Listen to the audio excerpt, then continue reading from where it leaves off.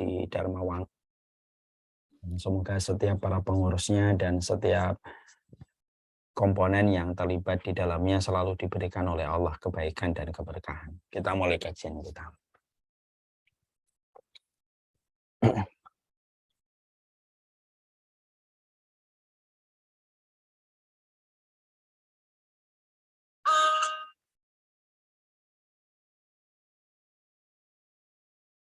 Bismillah.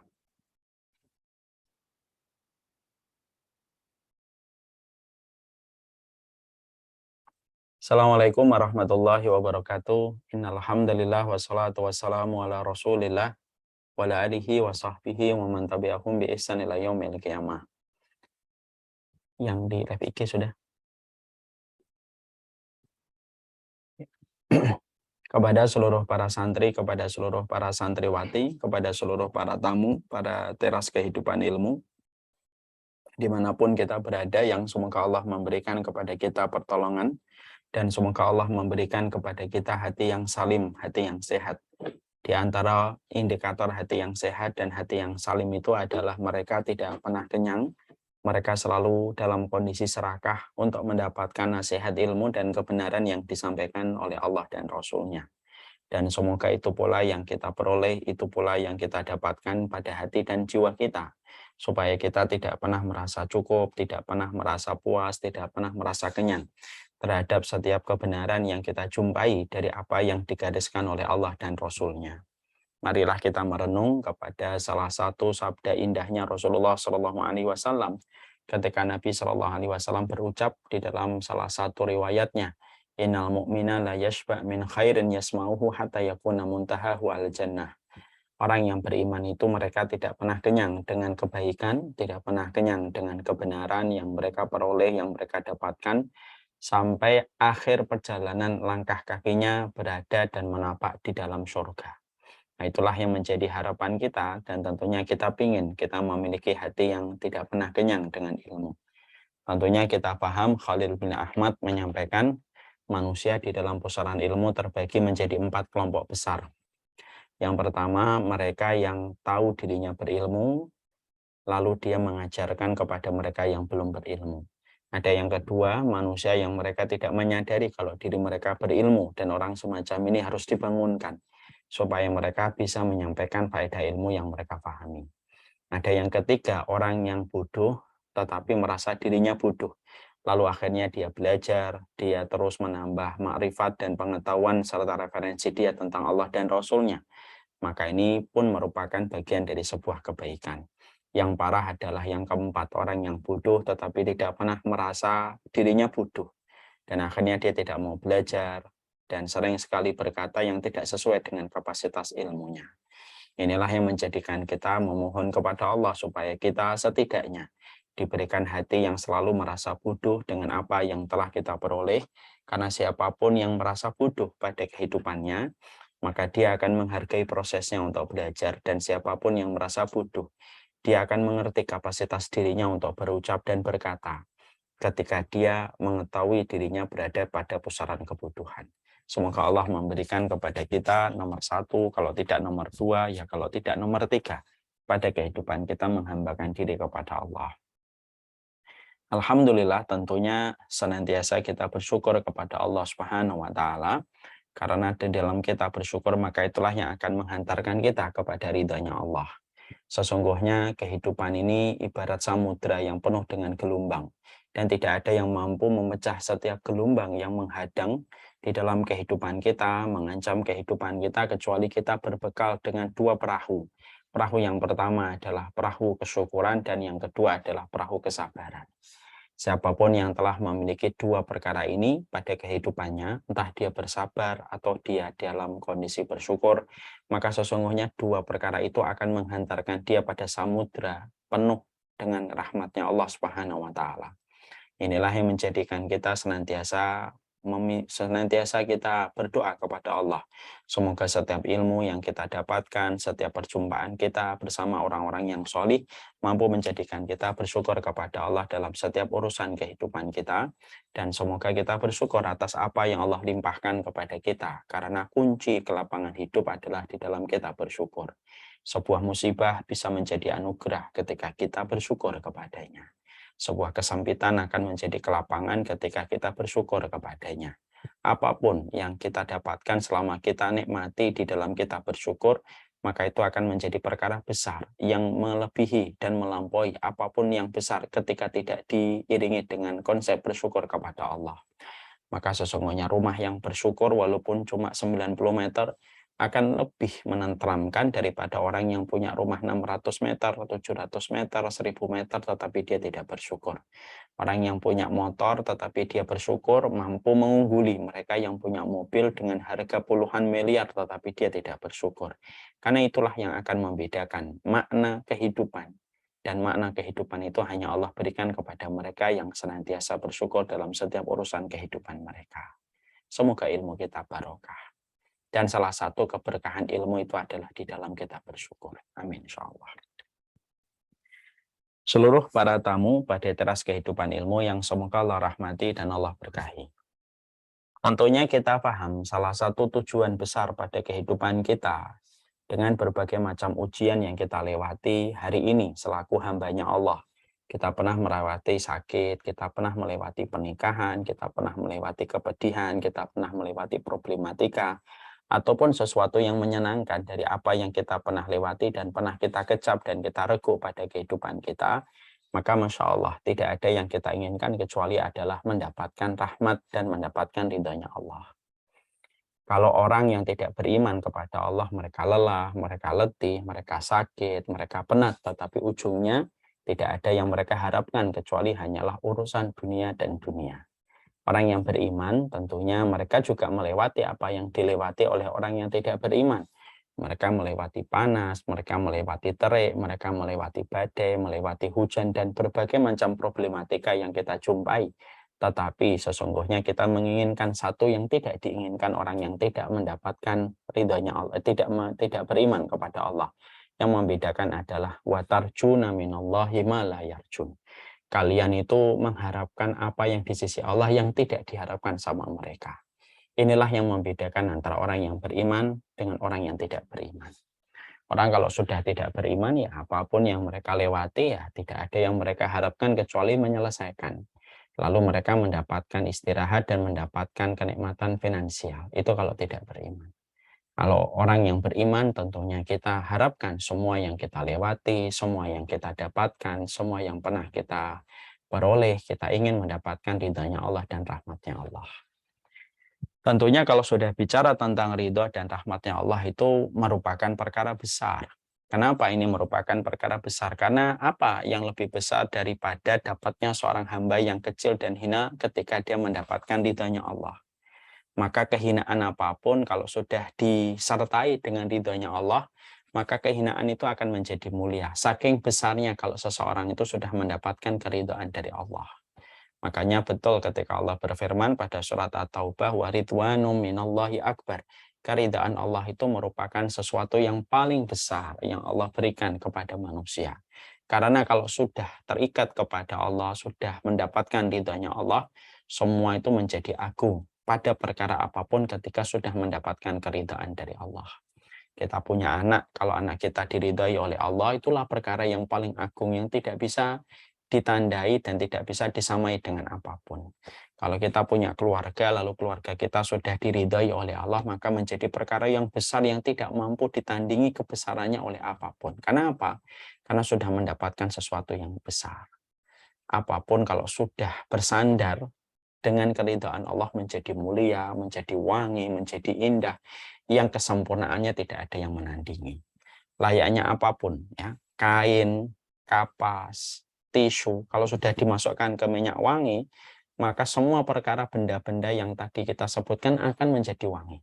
Kapasnya akan jadi wangi, kainnya akan menjadi wangi, tisunya akan menjadi wangi, sapu tangannya akan menjadi wangi kalau sudah dicelupkan ke minyak wangi.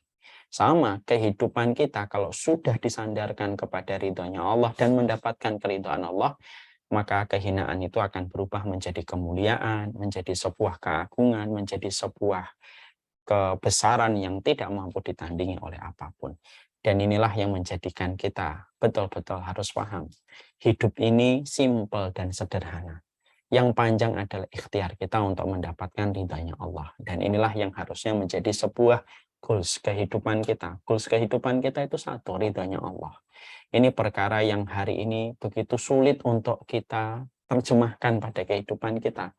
Ketika hari ini kita berada pada dunia sosial media yang begitu luar biasa, yang hitungannya per detik, kita mendapatkan akses berita, mendapatkan reaksi dari ratusan ribu orang dalam waktu yang tidak lama. Dalam waktu 1 menit, 2 menit, kita sudah bisa mendapatkan koneksi dengan ribuan, bahkan ratusan ribu, bahkan jutaan orang. Berapa banyak video baru diupload, sudah ratusan ribu orang menonton, jutaan orang bisa mengakses. Dan itu terkadang menjadikan semakin orang itu tidak memperhatikan bagaimana ridhanya Allah. Padahal inilah yang menjadi sebuah energi besar pada kehidupan kita, yaitu mendapatkan keridhaan dari Allah. Karena keridhaan yang sifatnya tidak akan pernah memberikan kekecewaan, keridhaan yang tidak pernah memberikan kekecewaan itu keridhaan dari Allah. Keridhaan orang, teman, sahabat, circle, link yang kita punya, keridhaan mereka itu adalah keridhaan relatif. Keridhaan yang bersifat sementara, dan itu pun sangat subjektif menurut versi mereka yang bisa berubah-ubah sebagaimana cuaca mudah berubah. Berapa banyak orang yang ridho sama antum di waktu pagi tapi belum tentu ridho dengan kita di waktu sore. Ada orang yang ridho dengan kita di waktu malam tapi belum tentu dia ridho kepada kita di pekan depan. Ada orang yang ridho dengan kita di pekan depan, belum tentu tahun depan dia masih ridho kepada kita, karena sangat relatif dan sifatnya sangat subjektif. Beda dengan ridhonya Allah. Ridhonya Allah itu ridho yang tetap. Selama kita tidak melanggar batasan-batasan yang Allah buat, maka keridhaan Allah menjadi sebuah keridhaan yang sangat besar yang bisa memberikan efek kebaikan pada kehidupan kita. Itulah yang menjadikan kita ingin sekali pada kehidupan kita kembali menyadari pada titik awal basic kehidupan kita diciptakan, yaitu bagaimana kita diridhai oleh Allah. Semoga buku yang kita miliki, iPad yang kita miliki, apapun yang kita miliki hanyalah bertujuan supaya kita dapat diridhai oleh Allah Subhanahu wa taala. Dan itulah yang harus senantiasa kita sadarkan kembali di dalam kehidupan kita pada saat ketika hari ini semua orang tertuju kepada simpati, like, ataupun komen, serta tepuk tangan dari kebanyakan manusia. Semoga kita tetap istiqomah. Hidup kita adalah mencari ridhonya Allah. Hidup kita adalah mendapatkan kecintaan dari Allah, bukan yang lainnya. Yang lainnya hanyalah sebagai bagian dari tambahan. Yang ada ya disyukuri. Kalaupun tidak ada, maka tidak akan menjadi masalah pada kehidupan kita. Sebelum saya meneruskan kajian kita 40 karakteristik mereka yang dicintai oleh Allah, saya ingin menyampaikan sebuah kisah nyata yang saya dapatkan dari sebuah mauqi, dari sebuah website seorang ulama besar. Beliau menceritakan tentang sebuah peristiwa besar, supaya kita mengambil pelajaran dari peristiwa yang berbasis pada sebuah kisah nyata. Dan kisah ini pun saya sampaikan kemarin-kemarin di beberapa kali kesempatan. Ada seorang ulama yang cukup lumayan ternama di daerah Maroko, di daerah Maghribi, yang beliau bermimpi berjumpa dengan Rasulullah SAW di dalam mimpinya. Dan tentunya kita paham ya, di dalam sudut pandang fikih dan sudut pandang ilmu, setan itu tidak mungkin menyerupai wajahnya dengan wajahnya Rasulullah, karena setan tidak bisa menyerupai wajahnya dengan Nabi di dalam mimpi seseorang. Maka di dalam mimpi tersebut ulama ini mendapati perkataan Nabi, kamu temui seseorang yang bernama Fulan bin Fulan, absyir bi anna lahu ashabul jannah, bi anna lahul jannah. Kamu temui namanya Fulan bin Fulan, dia ada di Arab Saudi, di kota Mekah, agak tidak terlalu jauh dari Mekah, namanya Fulan bin Fulan bin Fulan, katakanlah kepadanya bahwasanya dia adalah penduduk surga. Mimpi yang pertama beliau bangun. Dan beliau sempat ragu terhadap apa yang beliau jumpai di dalam mimpinya, walaupun beliau ingat nama itu siapa, dan beliau tahu itu adalah Rasulullah yang beliau temui di dalam mimpinya dengan sifat-sifat yang tentunya beliau sering baca di dalam kitab-kitab sirah. Hari yang kedua malamnya beliau berjumpa kembali di dalam mimpi dan berjumpa kembali dengan sosok Rasulullah. Lalu Nabi memberikan kabar kedua kalinya, absyir lahu bi anna lahul jannah. Katakan kepadanya berita gembira bahwasanya dia itu adalah penduduk surga. Lalu ulama tersebut terbangun kembali dan beliau agak semakin mantap dengan mimpinya karena sudah 2 hari berturut-turut dalam kondisi yang sama. Pada hari yang ketiga beliau tertidur kembali dan di dalam mimpi yang ketiga beliau bermimpi kembali dan beliau dengan redaksi mimpi yang sama sampai akhirnya beliau bangun pada hari yang ketiga, 3 hari berturut-turut dengan mimpi yang sama, menyebutkan nama yang sama yang menjadikan beliau membulatkan tekad untuk pergi ke Saudi sekaligus untuk melaksanakan umroh dari Maroko ke Saudi. Beliau membeli tiket, beliau membulatkan tekad, berangkatlah beliau ke Arab Saudi untuk perjalanan umroh sekaligus pula mencari nama yang disebutkan oleh Rasulullah di dalam mimpi yang beliau jumpai. Masya Allah ya. Beliau melaksanakan umroh, beliau kontak beberapa circle-nya, link-nya dari para ulama-ulama di sekitar Riyadh, di sekitar Mekah, lalu di sekitar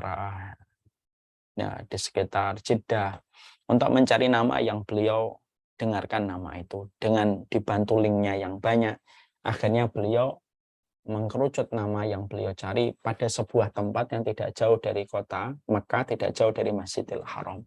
Nama Fulan bin Fulan bin Fulan yang beliau temukan di dalam mimpi itu ada di sebuah kampung. Ada di sebuah kampung.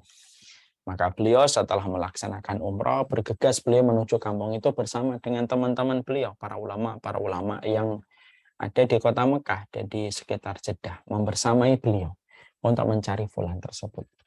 Ternyata ada sebuah kampung agak terbelakang, mundur dari peradaban, mungkin agak-agak kuno. Di kampung itu, ulama-ulama ini mereka bertanya kepada pemuka-pemuka kampung itu, Afikum rajulun yusama Fulan bin Fulan bin Fulan.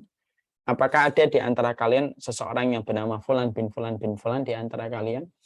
Maka para pemuka kampung yang mereka kaget didatangi para ulama yang begitu banyak datang ke tempat mereka, mereka menjawab, betul, bala, ada seseorang di antara kami yang namanya Fulan bin Fulan bin Fulan. Namanya Fulan bin Fulan bin Fulan di antara kami. Mahajatuka bihi. Apa keperluan antum semuanya dengan Fulan? Apa yang kalian cari dari Fulan? Kalian ini kok aneh ya mencari Fulan? Yastaghrib. Yastaghrib itu merasa asing. Para pemuka kampung itu ketika para ulama-ulama ini ternyata mencari Fulan yang mereka sebutkan. Mereka berkata, innahu rajulun korban. Sesungguhnya laki-laki yang kalian tadi cari itu laki-laki yang rusak di antara kami. Bahkan kalau boleh dibilang kayak sampah masyarakat kami. Apa hajat kalian bertemu dengan Fulan itu? Maka para ulama itu lalu berkata, ini ulama dari Maroko yang mencarinya karena ada satu kebutuhan yang beliau ingin sampaikan. Akhirnya dicarilah orang tersebut dan ketika ketemu ditanyalah sama ulama dari Maroko, apakah kamu Fulan bin Fulan bin Fulan? Iya betul. Dan betapa kagetnya ulama Maroko ini ketika beliau mendapati laki-laki yang dicari berbeda betul dengan apa yang beliau persepsikan.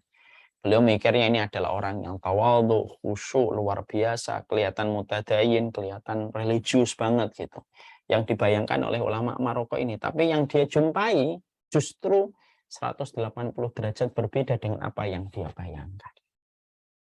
Lalu akhirnya ulama Maroko menyampaikan amanah yang beliau dapatkan di dalam mimpi. Sesungguhnya aku berjumpa di dalam mimpiku bertemu dengan Rasulullah Shallallahu Alaihi Wasallam 3 malam berturut-turut. Dan ketika 3 malam berturut-turut tidaklah Rasulullah datang ke dalam mimpiku kecuali satu. Beliau menyampaikan bahwasanya engkau adalah penduduk surga. Maka laki-laki ketika mendapatkan kabar ini dari orang yang solih, dari yang tampak bagaimana tawaduknya ulama ini dengan kesolihan yang terlihat pada penampilannya, menjadikan laki-laki ini seakan-akan tidak percaya dengan apa yang beliau dengarkan dan berkata, memang betulkah apa yang kamu lihat di dalam mimpimu? Betul. Lalu laki-laki Maroko ini berkata, kamu Fulan bin Fulan bin Fulan bin Fulan kan? Iya, itu saya. Ya itulah yang saya dapatkan di dalam mimpi saya. Maka nangislah laki-laki ini. Dan sama sekali dia tidak pernah menduga. Apa yang beliau baru dengarkan seakan-akan tersambar halilintar di tengah siang terik yang bolong. Lalu beliau nangis gitu. Lalu ulama atau laki-laki dari Maroko ini berkata, sudah, kalau mau berkenan, ayo kamu itu ke Masjidil Haram. Yuk kita sholat berjamaah bareng, yuk ke Masjidil Haram. Laki-laki ini lalu berkata, Apa yang saya lakukan kok sampai Rasulullah datang di dalam mimpimu dan memberitahukan kepadamu bahwasanya aku adalah penduduk surga, padahal saya adalah orang yang begini-begini saja. Orang kampung ini tuh tahu bagaimana kualitas saya. Saya aja sudah lama tidak melaksanakan sholat di Masjidil Haram. Tapi kenapa kamu sampai berjumpa dengan mimpi yang semacam itu? Laki-laki dari Maroko ini berkata, saya juga tidak tahu. Lalu akhirnya laki-laki ini berkata ketika diajak ke Masjidil Haram, biarkan saya mandi dulu. Saya ingin untuk bersih sebelum aku berjumpa kembali dengan Robku di Masjidil Haram. Setelah sekian lama saya tidak melaksanakan sholat di Masjidil Haram. Insya Allah. Belum mandi, beliau bersih. Setelah bersih, maka ditemuilah laki-laki dari Maroko ini, ulama ini, dan berkata, ayo kita ke Masjidil Haram.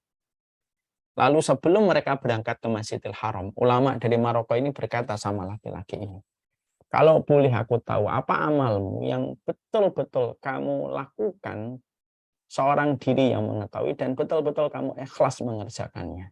Karena pasti ada satu amalan yang kamu kerjakan sampai aku menjumpai namamu disebutkan oleh Nabi di dalam mimpiku hingga 3 hari berturut-turut. Maka laki-laki ini berkata, aku tidak punya amalan istimewa kecuali satu. Aku pernah mendapati salah satu tetanggaku, dia menjadi janda ketika suaminya meninggal dunia. Semenjak hari itu dia menjadi janda dengan anak-anaknya yang banyak yang dia tanggung, maka aku langsung berkata kepada Allah, ya Allah, demi Allah, semenjak hari ini aku bagi gajiku menjadi 2. 50% untuk aku dan keluargaku, 50% untuk keluarga itu. Jatah makanku, jatah jajanku, jatah bulananku yang biasanya aku dapatkan, aku berikan kepada keluarga itu. 50% aku berikan kepada nafkah keluarga. Masya Allah ya. Dan itu aku lakukan dan tidak pernah aku kurangi takaran itu sampai hari ini. Masya Allah ya. Ketika laki-laki ini menceritakan itu, maka ulama dari Maroko itu berkata, mungkin inilah perkara yang menjadikan Allah ridho dengan diri. Mereka berdua langsung bersama dengan rombongan akhirnya ke Masjidil Haram, mereka sholat. Dan laki-laki ini ketika pertama kali sholat, beliau nangis, beliau tumpah air matanya seakan-akan beliau begitu rindu kepada Robnya setelah sekian lama dia tidak menginjakkan kaki di Masjidil Haram. Tumpah air matanya, pada rakaat yang kedua tumpah air matanya. Pada rakaat yang ketiga setiap sujud pun tumpah air mata. Dan tahukah kita? Pada rakaat yang terakhir, sujud yang terakhir, beliau pun menangis sebagaimana sujud pada rakaat sebelumnya. Tapi pada sujud yang terakhir itu beliau tidak bangun karena beliau sudah meninggal dunia. Ini kisah nyata. Ini yang menjadikan kita akhirnya mengambil sebuah pelajaran besar. Karena ini kaitannya pada materi kita sebelumnya. Salah satu di antara perkara yang bisa mendatangkan keridhaan dari Allah itu ketika kita memberi manfaat kepada orang. Di sini pula kisah nyata ini memberikan kepada kita sebuah faedah ilmu yang luar biasa. Bisa jadi ada orang yang kita pandang sebelah mata, tapi bisa jadi sebelah mata kita memandang dia, tetapi dia memiliki transaksi besar di sisi Allah yang Allah terima dari dirinya yang tidak kita sadari karena mata kita dan ilmunya kita terbatas tentang orang lain. Disinilah kita juga mendapati bahwasanya mendapati dan menjumpai rahmatnya Allah bisa kita dapatkan di tempat-tempat yang terkadang banyak orang tidak menduga. Di pintu orang tuanya terkadang di situ orang mendapatkan ridhonya Allah. Di tetangganya kadang seseorang dia mendapatkan ridhonya Allah. Pada binatang yang dia tolong di situ dia bisa mendapatkan ridhonya Allah. Yang terkadang kita justru tidak menyadari. Dan itu terkadang ketika kita abaikan tetapi justru bisa menjadi sebuah nilai kita yang besar untuk mendapatkan ridhonya Allah. Kita lihat orang tadi. Orang tadi disebut oleh pemuka kampung di kawasan itu disebut innahu rajulun qarban. Yang kamu cari laki-laki itu laki-laki rusak, dia itu sampah masyarakat kami. Kenapa orang semacam kalian dengan penampilan kalian sebagaimana ulama-ulama besar ini kok mencari laki-laki ini? Disitulah kita akhirnya mendapati banyak pelajaran. Betapa luar biasanya di dalam kehidupan kita ketika mencari ridhonya Allah. Ingat ya, kita mempelajari 40 karakteristik mereka yang dicintai oleh Allah. Dan kita sudah membahas 15 karakter mereka yang dicintai oleh Allah. Disitulah kita paham Ada orang yang mereka mendapatkan ridhonya Allah ketika di tempat ilmu. Ada orang yang mendapatkan ridhonya Allah ketika dia luar biasa selalu memprioritaskan orang tuanya. Ada orang yang mereka mendapatkan ridhonya Allah ketika dia baik sama tetangganya. Ada orang yang mendapatkan ridhonya Allah ketika dia selalu merasa berdosa dan terus bertobat dan diperbarui tobatnya setiap waktu. Dan kita tidak pernah tahu di pintu ridho manakah, di pintu manakah kita akan mendapatkan ridhonya Allah. Dan itulah yang menjadikan kita terus berusaha pada kehidupan kita. Menghadirkan kembali ilmu supaya kita tahu apa perkara yang bisa menghadirkan ridhonya Allah. Laki-laki rusak tadi yang disebut oleh para pemuka kampung dengan sampah masyarakat pun ternyata diberitakan dengan kabar gembira dengan surga. Karena komitmen kuatnya memberikan manfaat kepada seorang janda dengan anak yang banyak, dia potong gajinya 50% tanpa ada satupun orang yang mengetahui tentang perbuatan yang dia kerjakan. Dan transaksi itu dibeli cash oleh Allah dengan sebuah kabar gembira dari seorang laki-laki Maghrib dari Maroko, seorang ulama yang akhirnya didatangi dalam sebuah mimpinya, memberikan kabar bahwasanya dia termasuk salah satu di antara penduduk surga. Inilah perkara yang menjadikan kita akhirnya mengerti betapa indahnya kehidupan kita yang singkat ini ketika mendapatkan ridhonya Allah. Kehidupan itu singkat, yang panjang adalah ikhtiar kita bagaimana bisa mendapatkan ridhonya Allah.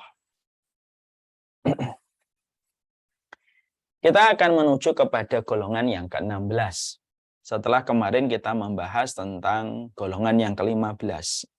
Golongan yang ke-15 yang kita bahas adalah karakteristik mereka yang dicintai oleh Allah, yaitu adalah mereka yang paling bermanfaat bagi manusia. Jadi semakin besar manfaat yang kita berikan kepada manusia, semakin besar kita memiliki persentase dicintai oleh Allah. Ini pula yang menjadikan kita harus senantiasa berpikir dalam setiap harian yang kita lewati. Kita bukan hanya berpikir apa ibadah zikir dan apa ibadah sholat yang sudah kita lakukan, tapi termasuk yang senantiasa harus kita pikirkan dan harus masuk pada list cek di dalam kehidupan kita itu sudah berapa orang yang kita berikan manfaat pada kehidupan yang kita jalani. Itu sudah kita bahas panjang lebar. Sekarang kita akan menuju kepada golongan yang ke-16. Orang-orang yang dicintai oleh Allah, anak tangga yang ke-16, orang yang dicintai oleh Allah itu adalah mereka yang memiliki kelembutan. Mereka yang memiliki kelembutan.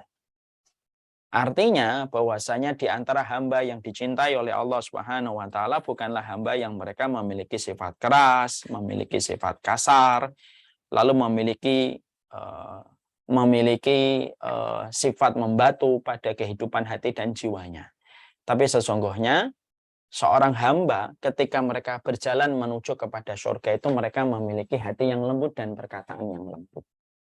Makanya tidak salah ya kalau akhirnya kita mendapati perkataan Rasulullah Shallallahu Alaihi Wasallam bahwasanya inna ashabal jannah afidatuhum misla afidatit thair. Makanya Rasulullah Shallallahu Alaihi Wasallam menyampaikan di dalam satu riwayat, sesungguhnya penghuni surga itu hatinya mereka itu sebagaimana hatinya burung merpati.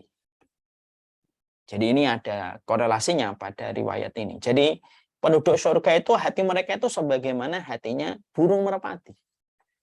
Apa kesamaan antara penduduk surga dengan burung merpati sampai Rasulullah Shallallahu Alaihi Wasallam itu mempadu-padankan contoh antara penduduk surga dengan burungnya hati, dengan sebagaimana hatinya burung.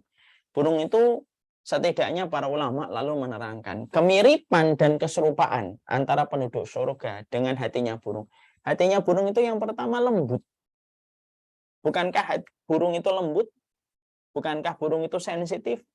Ketika kita melihat burung dara sekerumunan, apabila kita mungkin ke pelataran Masjid Nabawi atau Masjidil Haram, kita temukan sekelompok burung-burung gitu. Ketika kita baru mengibaskan tangan, mereka sudah terbang. Karena begitu mereka lembutnya.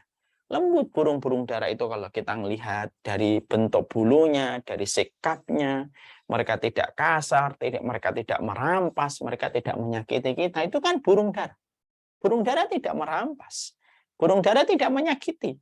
Burung dara itu selalu setiap mata yang memandang itu senang ketika melihat sekerumunan burung dara. Maka sesungguhnya kemiripan antara penduduk surga dengan burung dara itu adalah di dalam kelembutan mereka. Lembut. Makanya kalau ada orang sudah tutur katanya ketus, kasar, dalam hatinya memperlihatkan sifat membatunya, sulit untuk dicari salahnya. Bahkan setiap orang akhirnya menjaga diri dari dirinya, bukan karena respek sama dirinya, karena mereka tahu ini orangnya kasar dan susah untuk diajak kompromi dalam kebaikan. Itu hati-hati. Karena sesungguhnya penduduk surga itu adalah penduduk yang mereka itu hatinya lembut, dan saking begitu lembutnya menjadikan orang merasa nyaman dengan kehadirannya dan merasa kehilangan ketika dia pergi kemana. Maka kemiripan antara hatinya burung dengan hatinya penduduk surga. Yang kedua karena takutnya. Karena sesungguhnya burung itu kan takut, mudah takut burung itu. Ketika kita pasang sesuatu bergerak langsung dia terbang karena takut. Sebagaimana penduduk surga itu mereka takut kepada Allah. Makanya ketakutan orang yang menjadi penduduk surga tidak bisa disamakan dengan ketakutan orang yang tidak mengharapkan surga. Banyak orang yang tidak mengharapkan surga itu sekabuk komentar. Begini aja kok takut, enggak apa-apa, enggak dosa insya Allah. Perkataan-perkataan orang yang sering tidak menjadikan surga menjadi sebuah tujuan dia.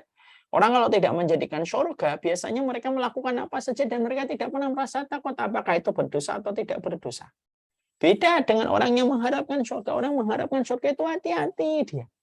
Kalau ada melakukan sesuatu, dia khawatir di situ ada kesalahan. Dia khawatir di situ ada dosa. Dia khawatir di situ ada jurang kerusakan. Dan menjadikan dia berhati-hati. Dia memiliki rasa takut yang besar.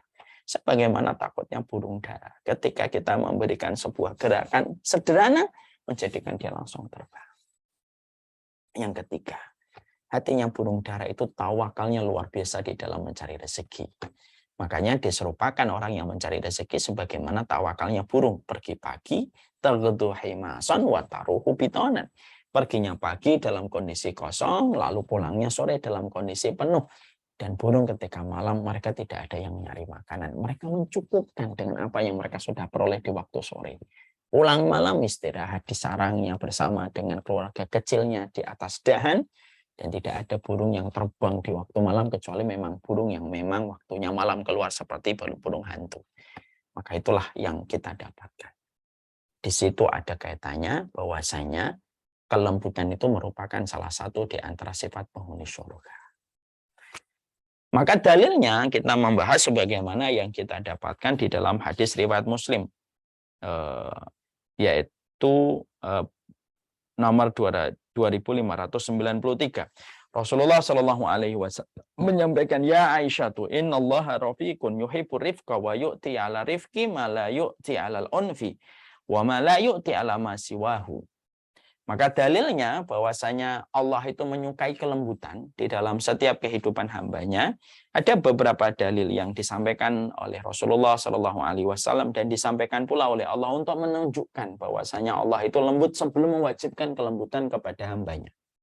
Jadi Allah itu sebelum mewajibkan kita bahwasanya para penempuh jalan surga itu adalah mereka yang lembut dalam sikapnya, lembut di dalam tutur katanya, lembut di dalam dia berpikir.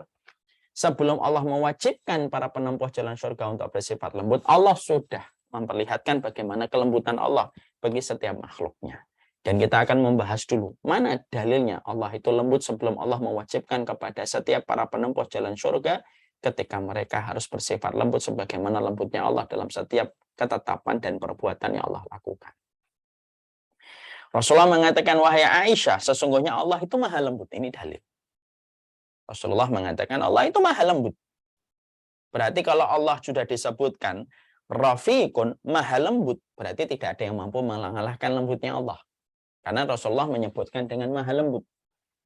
Berarti apapun yang datang dari Allah itu tidak lepas dari kemahalembutan Allah. Allah itu lembut sekali. Allah itu lembut di dalam syariatnya, lembut di dalam perbuatannya, lembut di dalam takdirnya. Semua yang Allah lakukan dalam setiap perbuatannya itu betul-betul menggambarkan kelunakan dan kelembutan Allah. Makanya kalau ada orang yang berkata tentang syariat Allah lalu dikomentar ini syariatnya keras. Bagaimana sesuatu yang keras itu datang dari zat yang maha lembut? Tidak ada. Tidak ada sesuatu yang lembut mengeluarkan sesuatu yang keras. Karena sesungguhnya tidak ada syariat yang keras. Yang keras itu hawa nafsu kita yang menolak dari syariat Allah. Karena apa? Konsekuensi ketika kita mengatakan Allah itu maha lembut sebagaimana yang diucapkan oleh Nabi, innallaha rafiqun yuhibbur rifqa, sesungguhnya Allah itu lembut dan menyukai kelembutan. Berarti ketika Nabi sudah mensifati Allah itu maha lembut, berarti apapun yang datang dari Allah tidak pernah lepas dari kesempurnaan Allah di dalam masalah kelembutan. Itulah kelembutan Allah. Ya. Makanya Allah lalu menyampaikan, dan Allah mencintai kelembutan dan memberikan kepada kelembutan sesuatu yang Allah tidak berikan kepada sesuatu yang bersifat kekerasan. Jadi Allah itu mensifati, Allah memberikan door prize kepada orang yang selalu lembut. Itu Allah berikan kepadanya sesuatu door prize yang Allah tidak berikan kepada orang yang keras. Ya. Makanya akhirnya kita menjumpai kan Abu Bakar menjadi salah satu sahabat yang lembut sekali. Jadi Rasulullah itu menggabungkan dua sifat. Kalau dalam dua diri sahabat, ada dua diri sahabat yang kalau digabungkan jadilah Rasulullah. Menggambarkan kelembutannya Abu Bakar dan ketegasannya Umar bin Khattab. Abu Bakar terkenal dengan kelembutannya, Umar bin Khattab terkenal ketegasannya. Maka bertemulah mereka, kalau dijadikan satu antara Abu Bakar dan Umar, jadilah Rasulullah. Rasulullah itu lembut, betul. Tetapi Rasulullah tegas. Makanya yang kita dapati dari kelembutan Abu Bakar, 10 sahabat yang dijamin surga, 6 sahabat itu yang memasukkan mereka ke dalam Islam itu karena dakwahnya Abu Bakar. Karena kelembutan dari Abu Bakar. Makanya itu pula yang menjadikan seorang Mus'ab bin Umair, ketika ditugaskan beliau ke Yasrib, ke Madinah, maka akhirnya penduduk Yasrib menerima dakwahnya Mus'ab bin Umair itu salah satunya karena kelembutannya Mus'ab bin Umair. Mus'ab bin Umair itu kalau kita membaca fikih dakwahnya ketika beliau berdakwah di kota Madinah itu lembut betul. Beliau mengetok pintu dengan lembut, meminta waktu. Kalau tidak diberikan waktu, beliau tidak marah, menyampaikan kebenaran yang beliau imani. Sampai akhirnya menjadikan satu persatu para pembesar-pembesar di kota Yasrib, mereka masuk Islam sebelum datangnya Rasulullah. Karena salah satu dari buah kelembutan Mus'ab bin Umair yang ditugaskan oleh Nabi. Untuk menjadi duta dakwah yang pergi ke daerah Yasrib untuk menyampaikan kalimat Allah. Buah dari kelembutan itu. Kota Yasrib berubah menjadi kota Madinah. Dan akhirnya menjadi makwanya Rasulullah. Kota yang memberikan perlindungan kepada Nabi. Kota sekuat kota Madinah. Setangguh kota Madinah. Lahir dari buah kelembutan antara Mus'ab bin Umair dan Rasulullah. Itulah kelembutan. Makanya betul kan? Sesuatu Allah memberikan kepada engkau kelembutan yang Allah tidak berikan kepada sesuatu yang keras. Makanya anak yang dididik dengan kelembutan berbeda dengan anak yang dididik dengan kekerasan. Ini aja kita sudah melihat bukti kan. Anak-anak yang dididik dengan keras, bukan tegas ya, keras. Maka dia memiliki hutang pengasuhan dari bapaknya yang terlalu keras ketika mendidik dia. Kalau dia perempuan, maka kehidupannya akan memiliki hutang pengasuhan yang tidak akan selesai. Menghambat banyak potensi yang harusnya dia miliki karena memori yang tidak terlalu baik antara dirinya dengan orang tua karena hutang pengasuhan, karena kerasnya orang tua. Makanya kan sampai di dunia parenting ada yang namanya tiger parenting. Tiger parenting ini salah satu metode parenting yang cukup berbahaya. Karena apa? Modalnya orang tua mendidik dengan keras sampai dikatakan tiger parenting, yang mana ketika tidak bisa menyelesaikan ekspektasi yang diinginkan sama orang tua, anak akan dibayang-bayangi dan diliputi dengan banyak hukuman. Apa yang terjadi? Tiger parenting menghasilkan orang-orang bengis yang tidak punya empati. Beda dengan kelembutan. Makanya kata Rasulullah, yuhibbur rifqa wa yu'ti 'ala rifqi ma la yu'ti 'ala unfi. Itu kata Rasulullah. Allah itu ngasih orang yang lembut, door prize yang Allah tidak berikan door prize itu kepada orang yang keras. Hanya Allah berikan kepada mereka yang suka lembut di dalam segala sesuatu. Ya. Wa ma la yu'ta ma siwahu, dan Allah tidak berikan itu kepada selain orang yang lembut itu.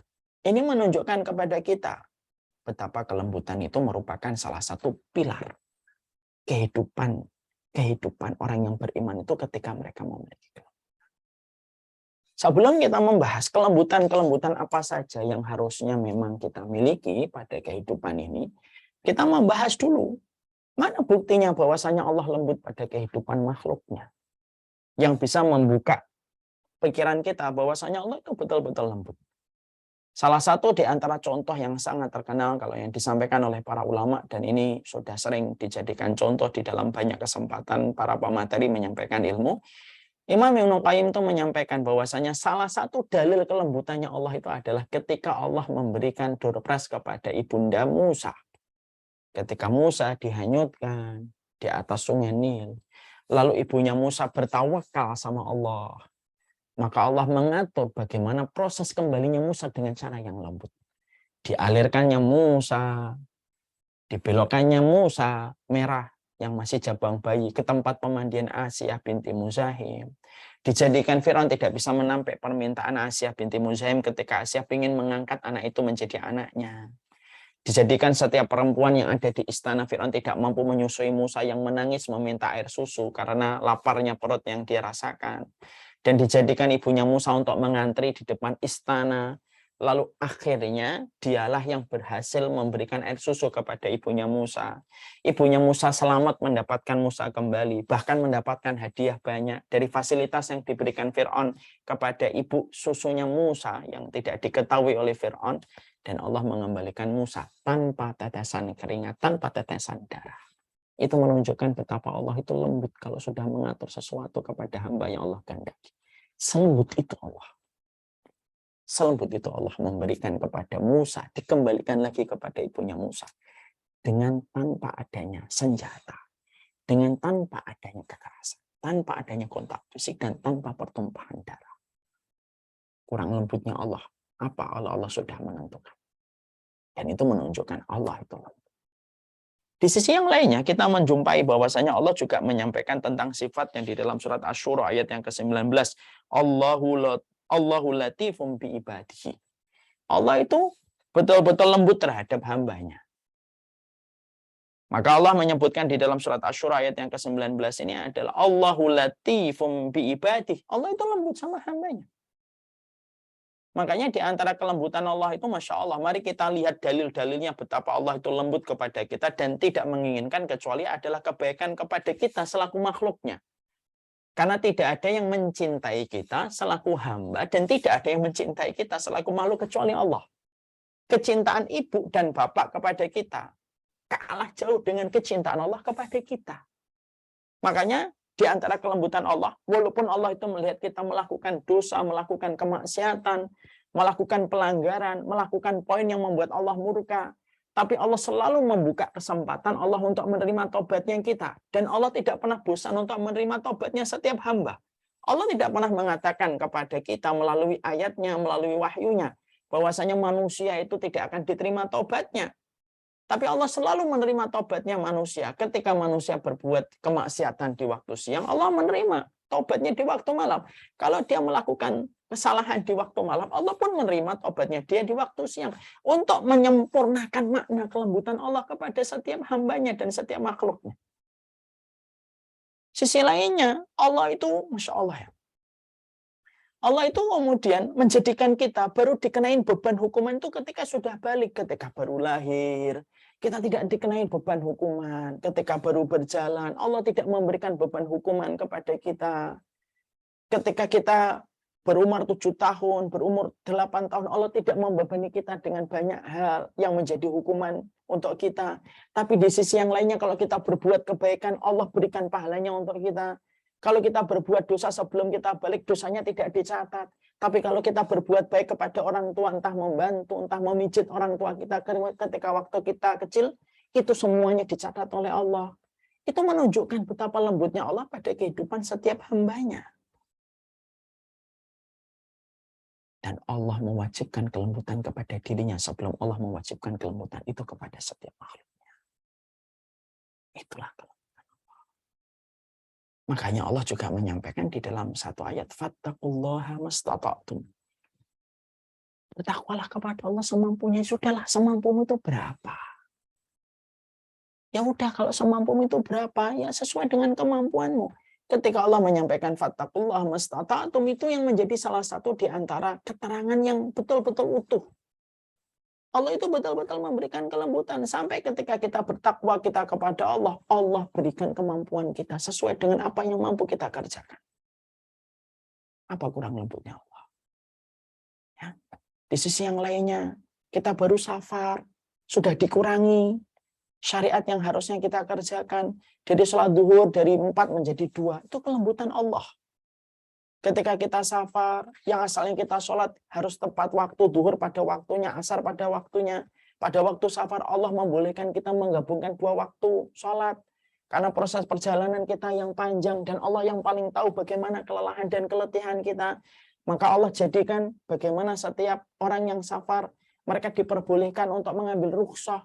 Bahkan Nabi menegaskan kembali, innallaha yuhibbu an tu'ta rukhasahu. Allah paling senang kalau keringanannya diambil oleh makhluknya. Allah itu sampai diterangkan oleh Nabi, innallaha yuhibbu an tu'ta rukhasahu. Allah itu paling senang kalau ngasih keringanan sama hambanya, lalu keringanan itu diambil.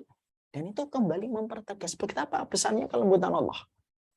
Ketika kita mendidik anak putri, di mana mendidik anak perempuan, dalam beberapa kasus sangat lebih berat daripada mendidik anak laki-laki, dijadikan di dalam pendidikan kita kepada anak perempuan, kalau kita berhasil menghantarkan anak perempuan kita menuju kepada pernikahan, sampai mereka selamat, dan mereka menjadi salihah dalam pernikahannya, mereka, orang tuanya dijamin dengan penjagaan dari api neraka ketika menghantarkan 2 anak perempuannya menuju kepada pernikahan. Itu kan kelembutan Allah. Kita melakukan dosa di waktu pagi, tapi Allah tidak pernah menghentikan rezeki kita di waktu siang. Kita diberikan rezeki di waktu siang, waktu asar kita sudah melakukan dosa, dan Allah tidak pernah memiliki alasan untuk memberhentikan rezeki kita di waktu maghrib. Di waktu maghrib kita diberikan nikmat, waktu isya kita sudah bermaksiat kembali dengan apa yang kita lihat. Tapi Allah tidak menghentikan rezekinya untuk kita di tengah malam, terus semacam itu. Itu menjelaskan kepada kita betapa besarnya Allah itu lembut ketika memperlakukan setiap hambanya. Makanya kan sampai dulu saya sering berkata, bedanya Khalik dengan makhluk itu banyak. Tapi salah satu bedanya Khalik dengan makhluk adalah, kalau makhluk, karena mereka tidak punya kelembutan. Setiap kita melakukan 1000 kebaikan, satu saja kesalahan kita. Kesalahan yang satu itu menghapuskan 1000 kebaikan yang pernah kita goreskan dan kita pernah tuliskan. Tapi sebaliknya kalau kita mendapati Allah yang dengan kelembutan, kita melakukan 1000 kesalahan. Tetapi ketika kita melakukan satu kebaikan dengan tobat, satu kebaikan tobat menghapuskan 1000 kemaksiatan yang sudah pernah kita lakukan. Saking begitu Allah lembutnya kepada setiap hambanya.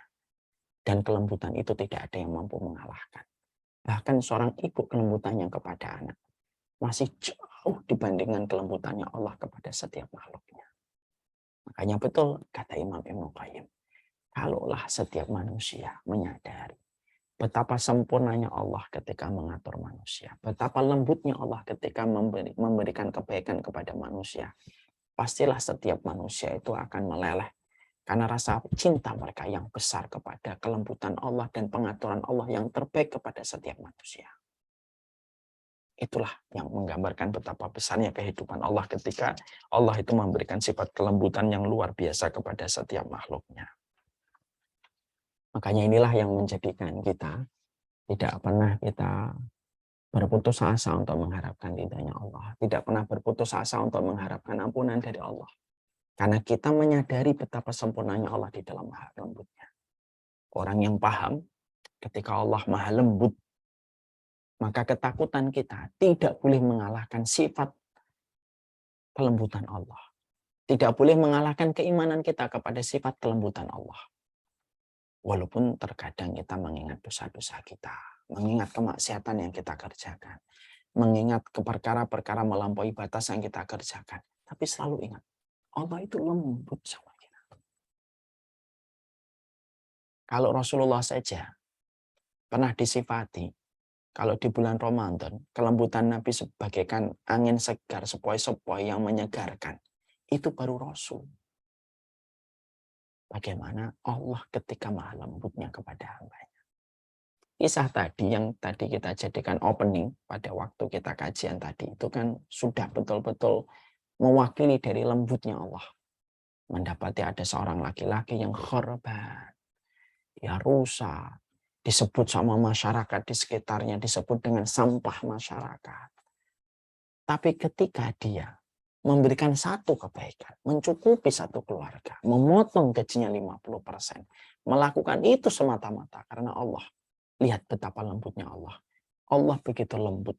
Sampai akhirnya Allah kirimkan sebuah kabar gembira kepadanya. Dan Allah wafatkan dia dalam kondisi sujud sholatnya. Untuk menunjukkan betapa besarnya kelembutan Allah kepada setiap manusia. Saya akan sampaikan dalil lagi betapa lembutnya Allah. Kita masih ingat ya betapa kita mendapati saking lembutnya Allah itu tidak ingin apabila Allah itu disebut tidak akan mengampuni hamba. Itu saking lembutnya Allah. Rasulullah SAW menyebutkan dalam satu riwayat ada dua orang. Yang satu alim, yang satu solih, yang satu banyak berbuat maksiat. Ketika yang satu berbuat maksiat terus-menerus, yang satunya terus mengingatkan kepadanya.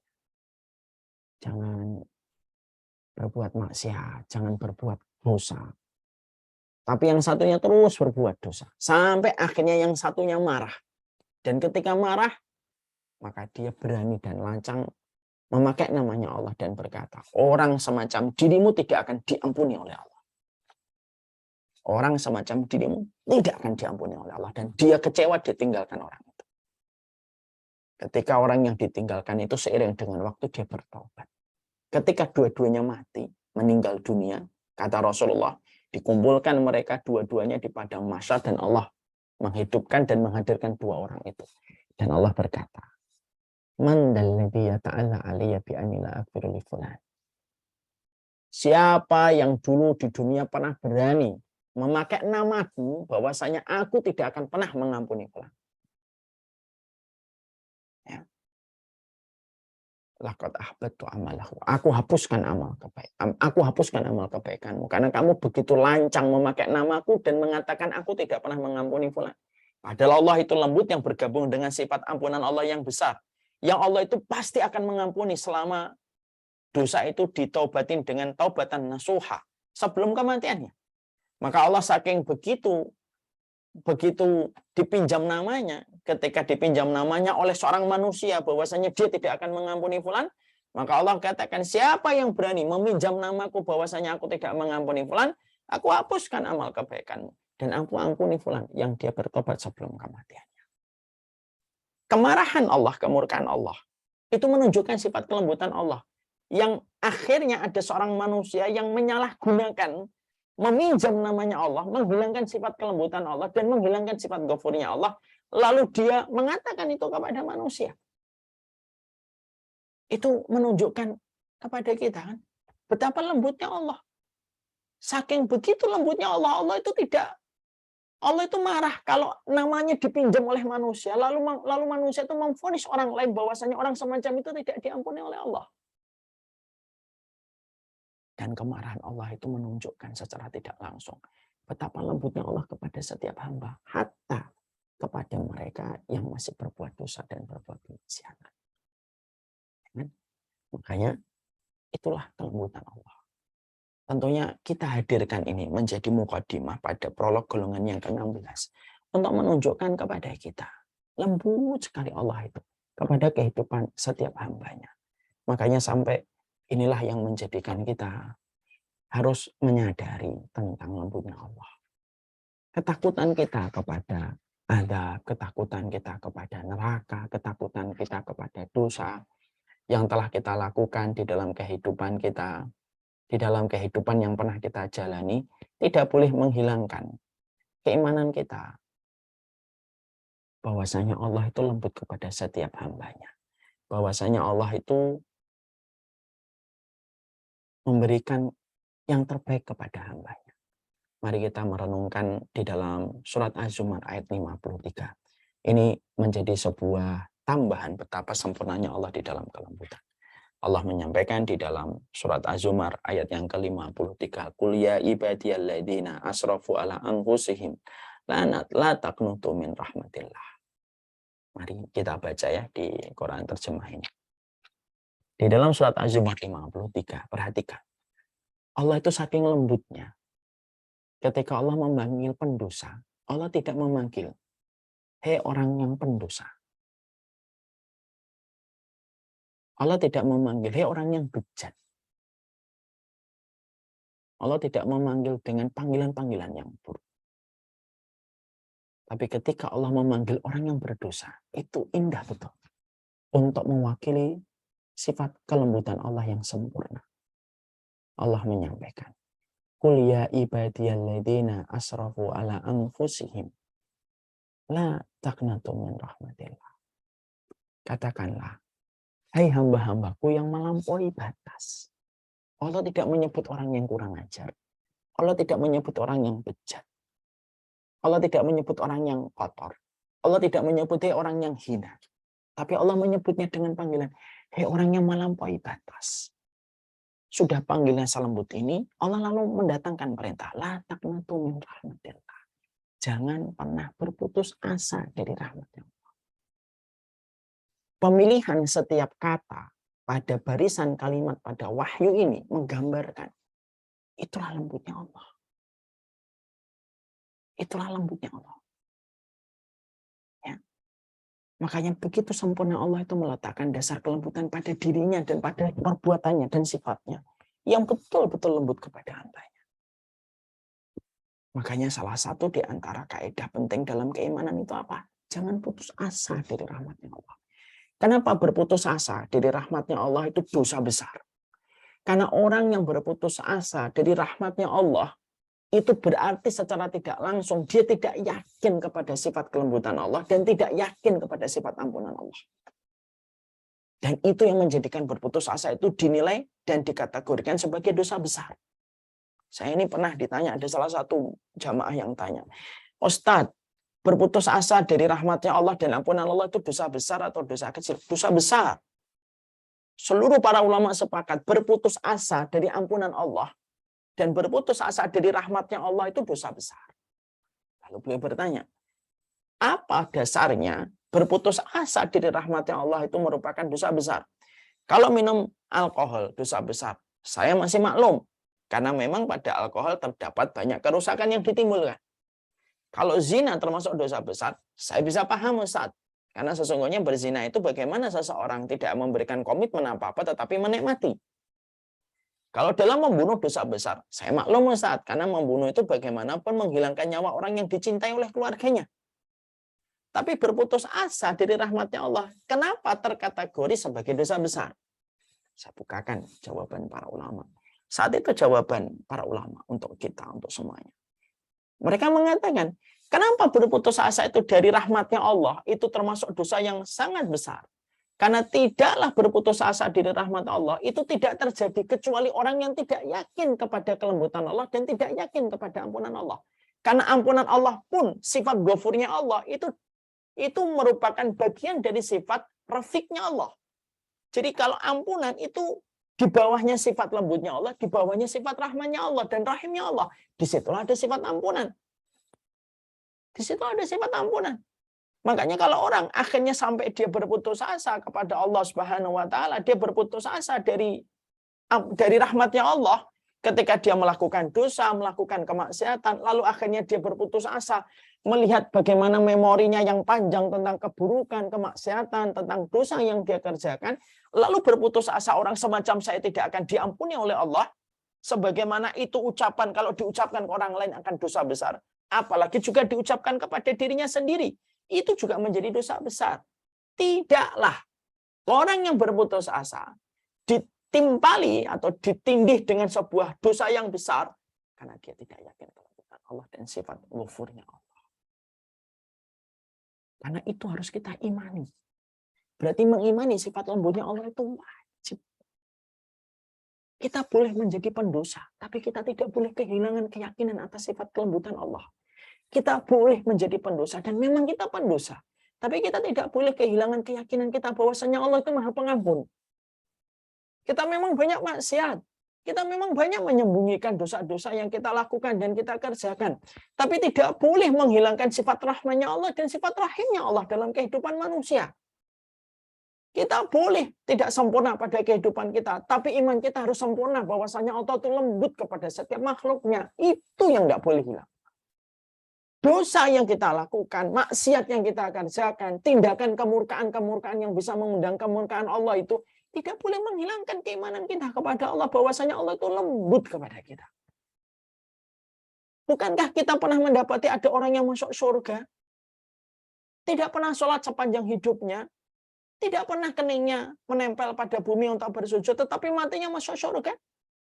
Utsairim bin Abdul Ashhal, yang ketika masuk Islam belum masuk waktunya sholat, lalu dia berjuang di jalan Allah. Pada perjuangan itu yang pertama dan terakhir kalinya dia menjumpai kematiannya. Dan ketika wafat, Rasulullah mengatakan inilah salah satu penduduk surga yang belum pernah keningnya menempel pada bumi, tetapi dimasukkan oleh Allah ke surga. Bukankah itu bagian dari kelembutan? Bukankah orang yang lembut akan memberikan banyak kebaikan kepada orang lain?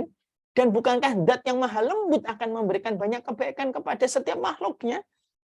Bukankah ada penduduk surga yang dia jingkrak-jingkrak kesenangan gara-gara pernah memotong sebuah dahan yang dia potong karena tidak ingin mengganggu orang yang lewat pada jalan itu, dan itu diterima oleh Allah? Bukankah tidak mungkin orang itu akan mendapatkan rahmat kalau Allah tidak lembut sampai Allah memberikan kepadanya sebuah kebaikan surga karena dahan yang dia potong ketika mengganggu jalan?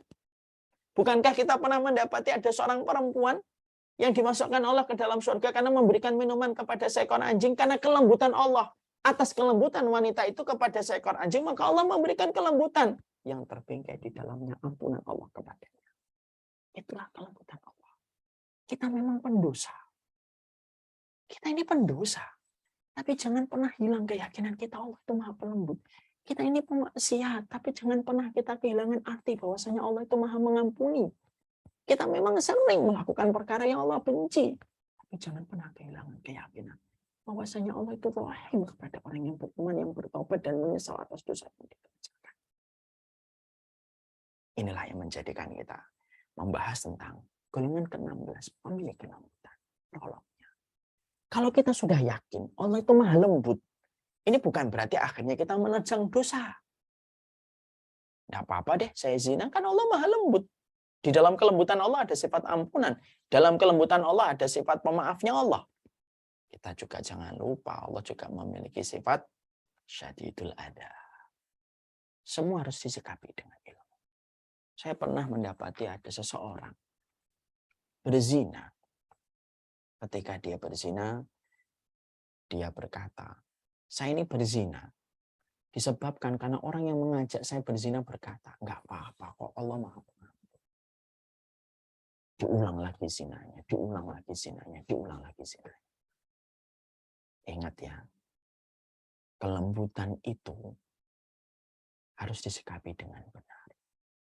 Sekalinya kita meremehkan zat yang maha lembut, di sisi yang lainnya kita harus siap menghadapi betapa kerasnya adab Allah. Ada kan tulisan begini ya, untuk menggambarkan poin yang terakhir ini. Ada sebuah tulisan yang sering kita baca. Hati-hati terhadap marahnya orang yang sabar. Biasanya luar biasa mereka kalau sudah dalam kondisi marah. Ketika mereka selalu bersabar.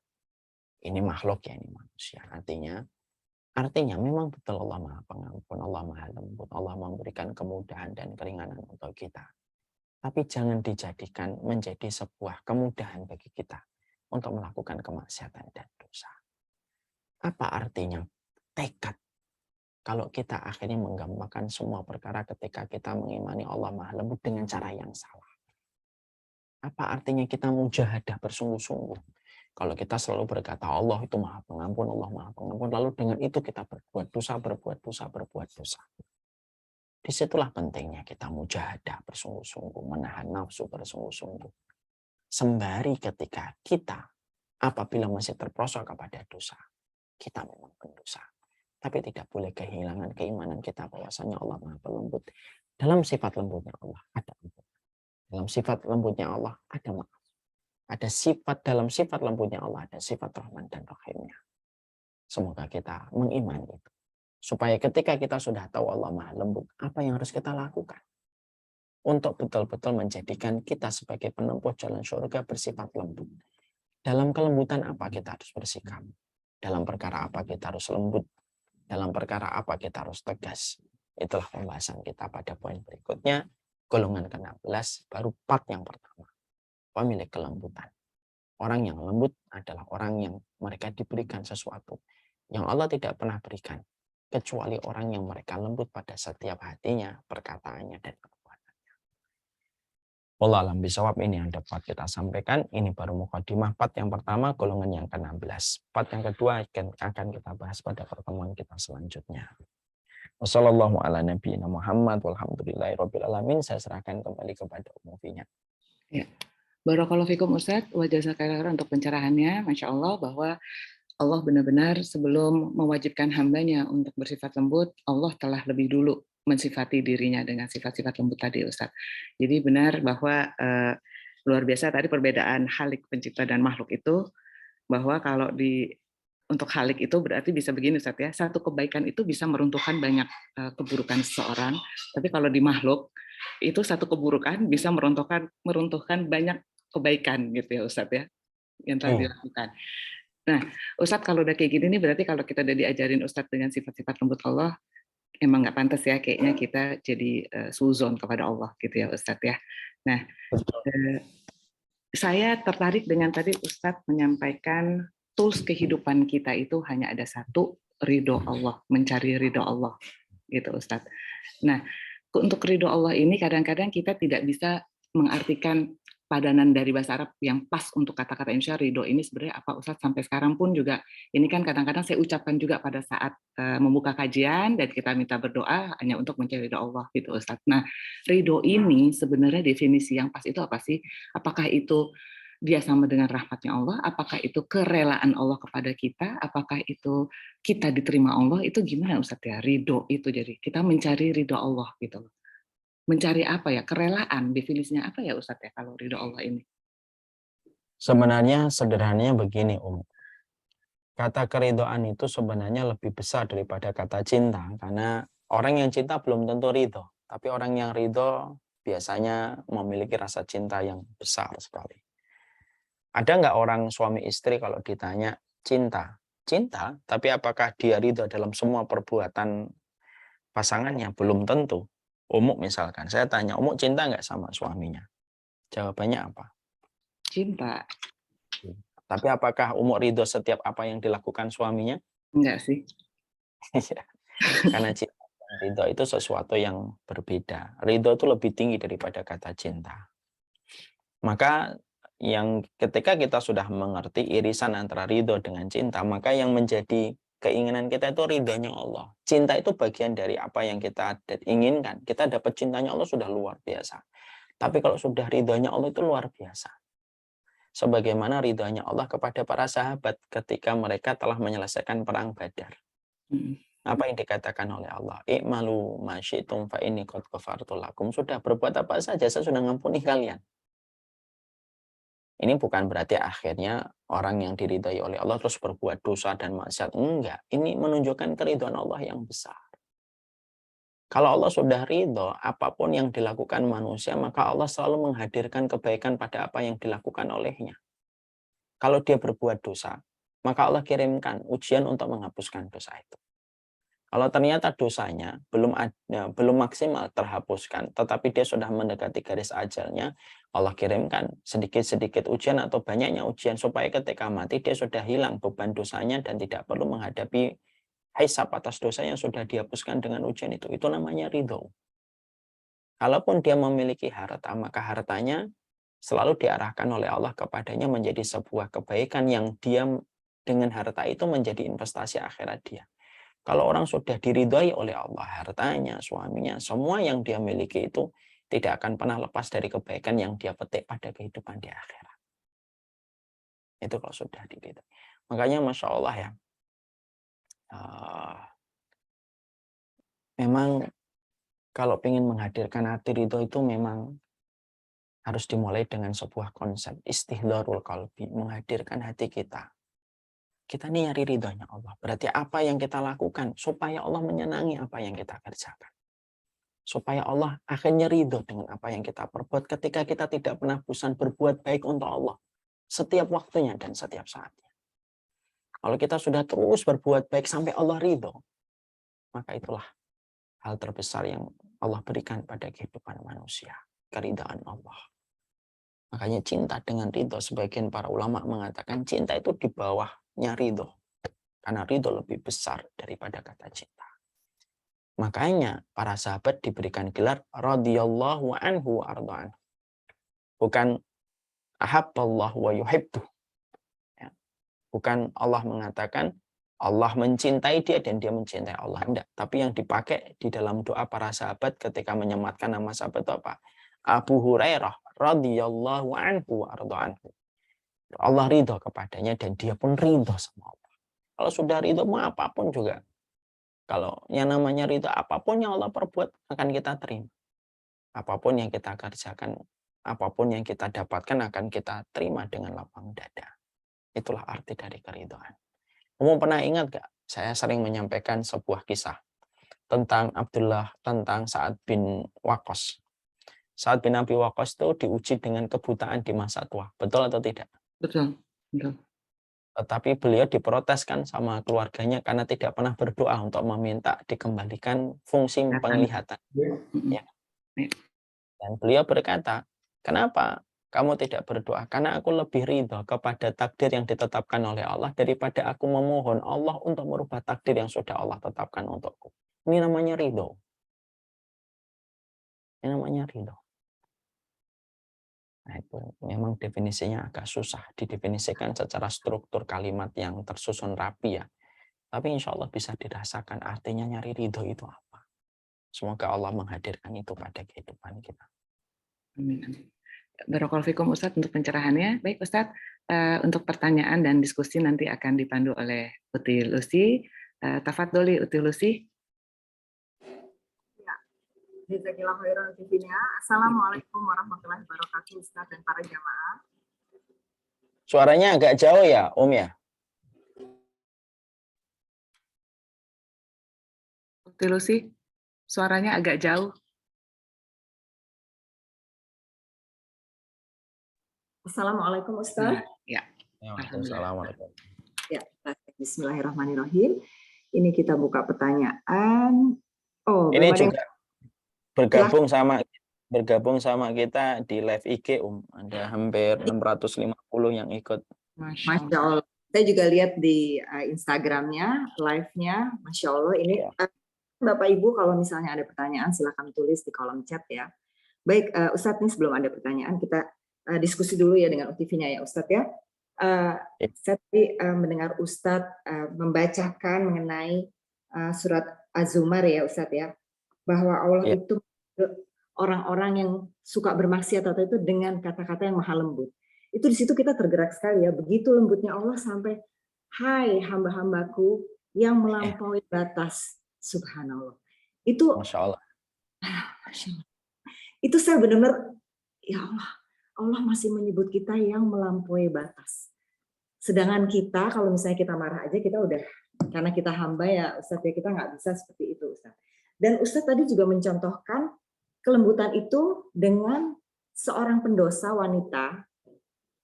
Dia satu pendosa, dia memberikan minum kepada anjing. Anjing itu ada di Islam juga dikatakan bahwa air liurnya itu najis ya Ustadz ya. Iya. Beri minum. Sedangkan pemberi minumnya adalah pendosa, tapi dia adalah yang masuk surga di situ.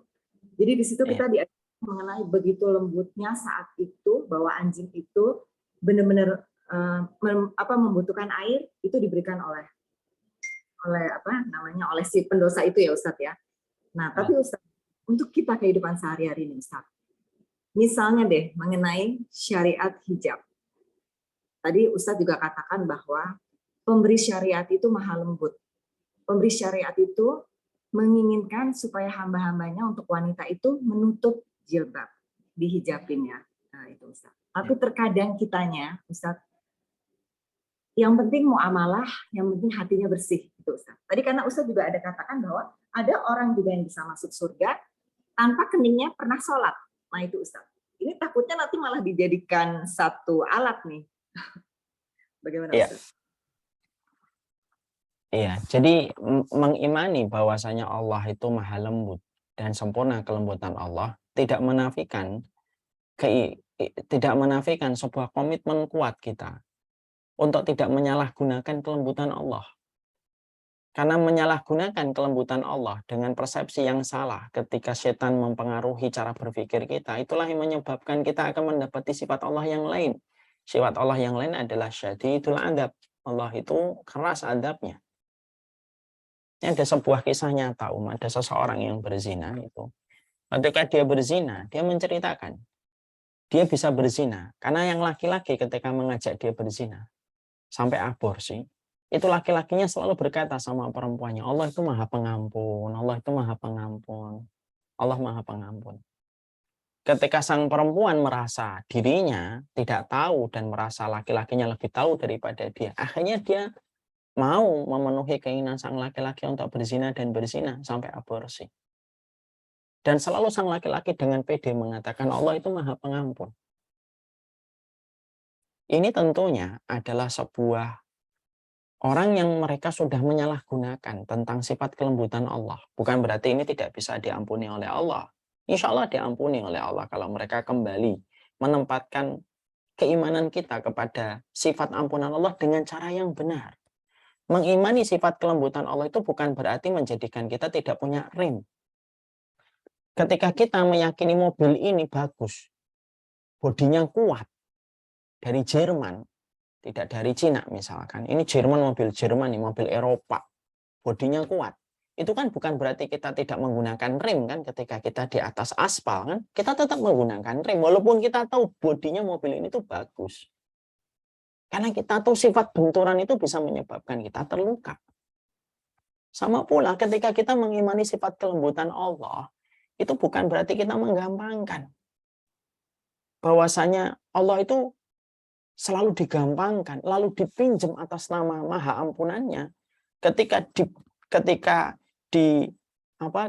dipinjam atas nama maha pengampunnya untuk melakukan berbagai macam dosa, tentunya ini akan menjadi sebuah nilai di hadapan Allah, akan menjadi catatan khusus di hadapan Allah. Wanita tadi ketika dia melakukan dosa, mungkin ketika melakukan dosa dia selalu dalam kondisi ketakutan, tapi dia belum bisa meninggalkan dosa itu. Lalu satu waktu dia bertemu dengan seekor anjing yang tidak ada niat bagi dia memberikan minuman itu kecuali karena Allah. Satu amal itulah yang akhirnya menyebabkan Allah menggerakkan hatinya bertobat dan Allah menerima tobatnya dan Allah memasukkan dia ke surga. Pahamilah. Ya, fahamilah dari sudut pandang berbagai macam sisi. Allah itu maha pengampun. Allah itu maha lembut. Allah itu maha kasih sayang. Tapi bukan berarti kamu tidak pernah pakai rem dalam kehidupan. Karena ketika kamu melakukan dosa, ketika kamu tidak ngerem pada laju kehidupanmu, benturan yang kamu dapatkan itu bagian dari sebuah hukuman yang kamu dapati karena kamu tidak menggunakan rem pada kehidupanmu. Laju kehidupan kita itu sederhana. Ada rem, ada gas. Rem ketika kita ingat adabnya Allah. Gas ketika kita ingat Allah maha lembut, Allah maha pengampun, Allah maha kasih sayang, yang menjadikan kita ngegas untuk terus meminta kepada Allah ampunan. Jangan sampai salah ketika menafsirkan dan salah ketika memahami sifatnya Allah yang menyebabkan rusaknya kita di hadapan Allah ketika salah menempatkan. Wallahu a'lam bishawab. Baik Ustadz, luar biasa ya Ustadz ya. Jadi kita nggak pernah tahu hal kecil mana yang membuat kita masuk surga ya Ustadz.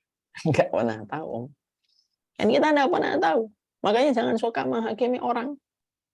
Ada orang misalkan ketika Umu pernah baca salah satu postingan Instagram saya pernah memuat sebuah Instagram, sebuah postingan di feed. Ada gambar CCTV merekam seorang laki-laki bapak-bapak yang meninggal ketika sujud pada rakaat yang kedua.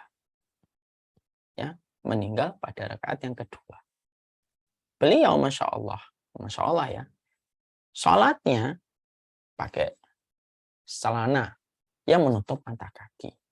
Ya, cara dia sholat ketika sebelum dia ikut sholat berjamaah, dia sholat sunnah di belakang. Tata cara dia sholat tidak sebagaimana yang saya pilih dalam gerakan yang saya pelajari. Masya Allah ya. Bahkan ketika dia sholat sunnah di belakang pada rekaman CCTV beberapa menit sebelum ditegakkan sholat wajib, itu pun tidak memakai sutra. Banyak pilihan yang tidak sama dengan pilihan saya. Saya kalau sholat mendekat kepada sutra, tidak menutup mata kaki. Mungkin gerakannya juga sebagaimana yang saya baca, yang saya pilih. Dan beliau Bapak ini berbeda, tidak pakai sutra, tidak ini. Tapi ternyata Allah wafatkan beliau dalam kondisi husnul khatimah ketika meninggal pada sujud rakaat yang kedua. Ketika saya melihat video itu, bukan berarti saya ragu dengan apa yang sudah saya pilih. Enggak, saya tetap yakin apa yang saya pilih. Tapi disitulah cara kita memperbaiki, cara kita memandang orang. Mungkin dalam masalah itu dia ada kekurangan, tapi di balik mata kita ada banyak hal luar biasa. Ada hal yang luar biasa yang tidak pernah kita bayangkan, yang tidak pernah kita bayangkan. Dia telah melakukan itu di hadapan Allah. Kan kita tidak pernah tahu. Ada orang yang terkadang maaf tidak memelihara jenggot sebagaimana saya memelihara jenggot. Tapi walaupun dia tidak memelihara jenggot, mungkin dia punya amalan gede yang melebihi orang yang memelihara jenggot. Yang kita tidak pernah ketahui. Ada orang yang kadang-kadang memakai jenggot, tapi terkadang ketika dia memakai jenggot, dia melakukan dosa. Yang mana dosanya itu lebih besar daripada sunnah yang dia lakukan ketika memelihara jenggot. Misalkan dia menghujat orang. Dia mencela orang yang belum bisa memelihara jenggot sama dia. Bukankah itu juga menjadi sebuah hal yang kita harus perhatikan kan?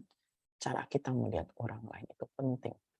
Husnudun sama perbuatan orang, suudun sama perbuatan kita sendiri. Allah alam bisawab. Masya Allah. Luar biasa ya Ustadz ya. Nah, jadi Ustadz kalau misalnya ini silakan Bapak Ibu kalau misalnya ada pertanyaan tulis di kolom chat. Jadi Ustadz kalau misalnya tadi Ustadz bilang bahwa kelembutan itu kita karena Allah maha lembut, maha pemberi kelembutan, dan Allah sendiri juga sifat zat yang sangat lembut. Nah, kalau kita terkadang tidak lembut, apakah kelembutan itu juga bagian dari rahmat Allah, Ustaz? Iya, sama. Sama. Itu bagian irisan yang itu sifat-sifat yang saling beririsan. Sifat rahmannya Allah, sifat rahimnya Allah, sifat latifnya Allah, sifat ghafurnya Allah. Nah, itu sifat-sifat Allah yang saling beririsan satu dengan yang lainnya. Nah, yang tentunya itu merupakan bagian dari kesempurnaan sifat yang Allah miliki. Allah alam bisawab. Jadi memang untuk mendapatkan kelembutan itu tidak semata-mata langsung instan dapat kelembutan ya Ustadz ya. Berarti kita ketaatan kita juga harus mungkin bertambah, ilmu kita juga bertambah, seperti itu ya Ustadz?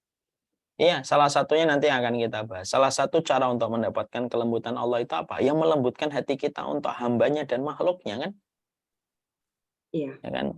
Sebagaimana Allah menyampaikan di dalam surat An-Nur, emang kamu tidak ingin memaafkan orang sebagaimana kamu ingin dimaafkan sama Allah? Itu kan cara untuk mendapatkan salah satu sifat kelembutan Allah yang memaafkan. Allah menyampaikan, ya udah maafin. Apakah kamu juga tidak suka kalau dimaafin sama Allah sebagaimana kamu memaafkan orang? Jadi nanti juga akan kita dapati supaya kita dapat kelembutan Allah. Mas Maulana.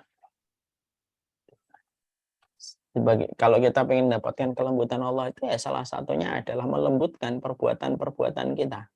Yakin bahwasanya kelembutan kita itu tidak akan pernah mengalami kerugian. Nah itu yang kita harus paham. Kadang-kadang orang itu suka sekali menganggap bahwasanya kelembutan itu merupakan bagian dari kepengecutan. Terlalu lembut nih, pengecut, bla bla bla bla. Nah itu kadang-kadang yang sering kita jumpai dari komentar-komentar orang yang belum paham secara keseluruhan dari setiap ilmu dan akhirnya mudah untuk menghakimi orang lain. Kan kadang-kadang kan gitu ya Om ya. Kita dapetin ada orang lembut, begini harus begini, harus begini. Wah ini mah nggak tegas ini, kurang tegas ini. Gitu. Hanya apa ya? Akhirnya mereka mensikapi sifat kelembutan itu adalah aib. Sifat kelembutan tidak ada aib. Inna rifqa la yakunu fi syai'in illa zanahu. Tidak ada kelembutan kecuali menghiasi perkara yang dia sifati itu. Wallahu a'lam bishawab. Ya Ustadz, jazakallahu khairan Ustadz. Nah ini sudah masuk pertanyaan Ustadz.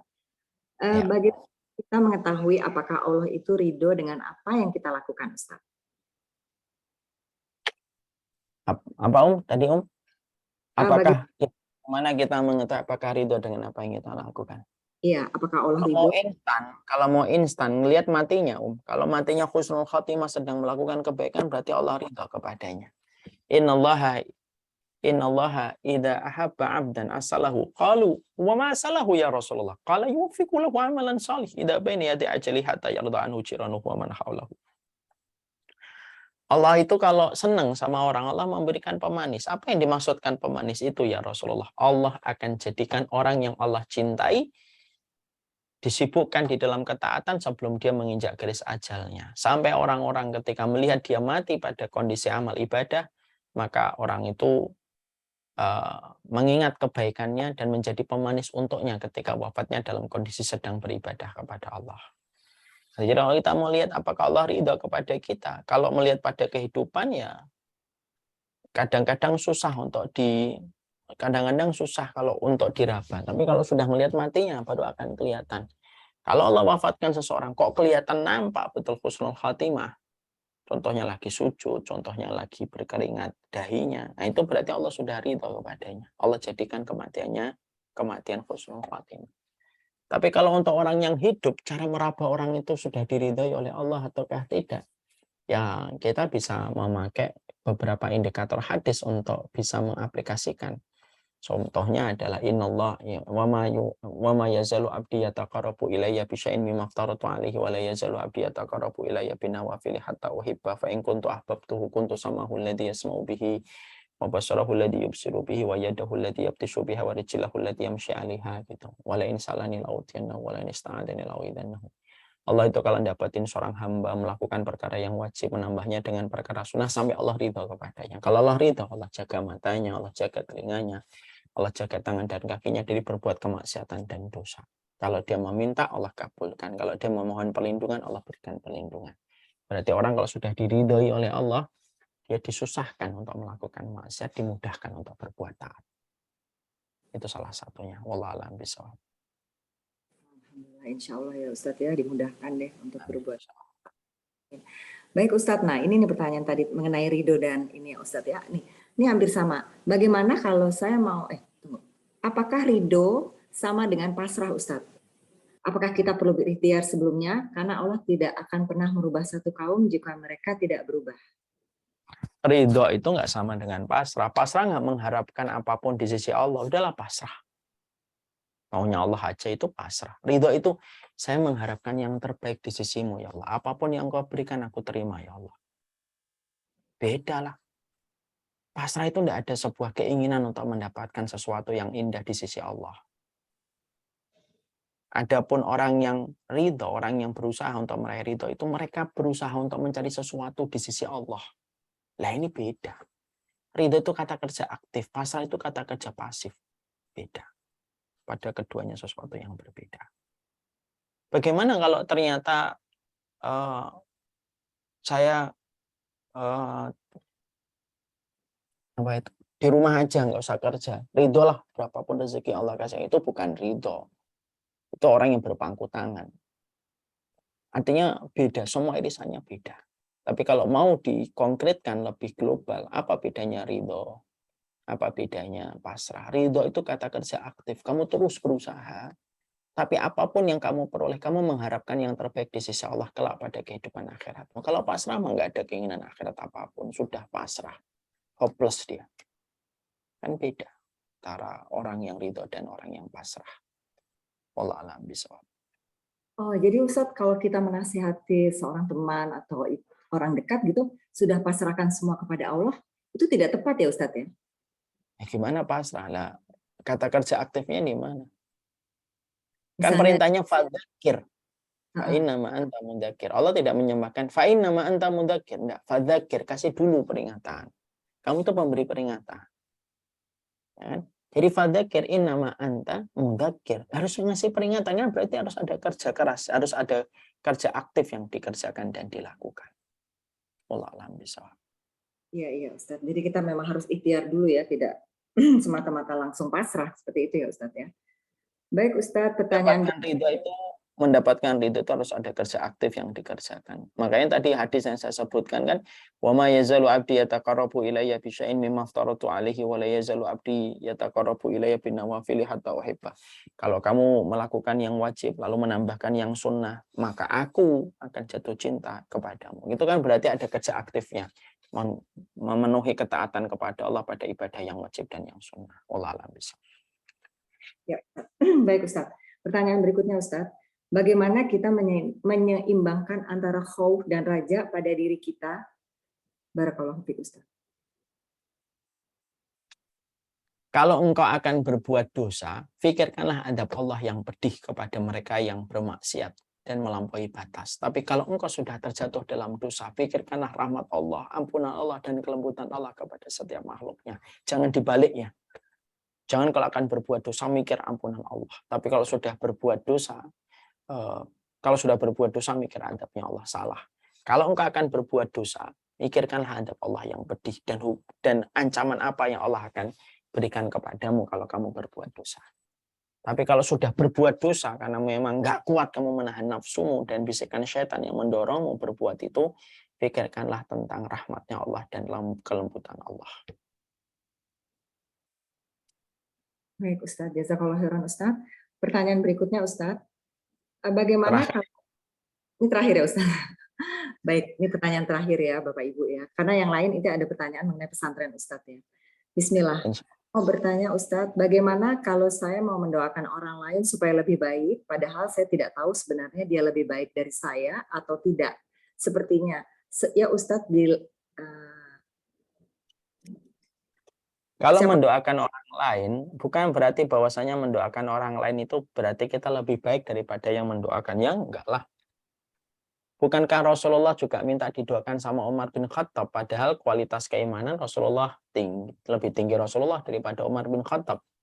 Pernah Umar bin Khattab akan melaksanakan umrah, maka Rasulullah Shallallahu Alaihi Wasallam berkata kepada Umar, ya Umar, ya ukhayya la tansana min du'aik, wahai Umar, jangan lupakan saya dalam kebaikan doamu. Nah itu kan menunjukkan kepada kita bahwasanya mendoakan itu tidak berarti kita harus lebih baik daripada yang kita doakan. Dan ketika kamu mendoakan saudaramu dalam kebaikan, itu merupakan sarana supaya kamu didoakan oleh para malaikat kepada dirimu. Karena kalau kita mendoakan saudara kita, para malaikat akan mendoakan kita. Wa anta laka bimisrin, kamu akan mendapatkan sebagaimana doa yang kamu panjatkan untuk saudara. Wallahu a'lam bishawab. Baik Ustadz, jadi yang namanya mendoakan, kita nggak usah harus lihat bahwa dia amalannya lebih bagus dari kita, dia itu lebih kayak kita. Enggak, pokoknya doakan sebanyak mungkin ya Ustadz ya. Iya.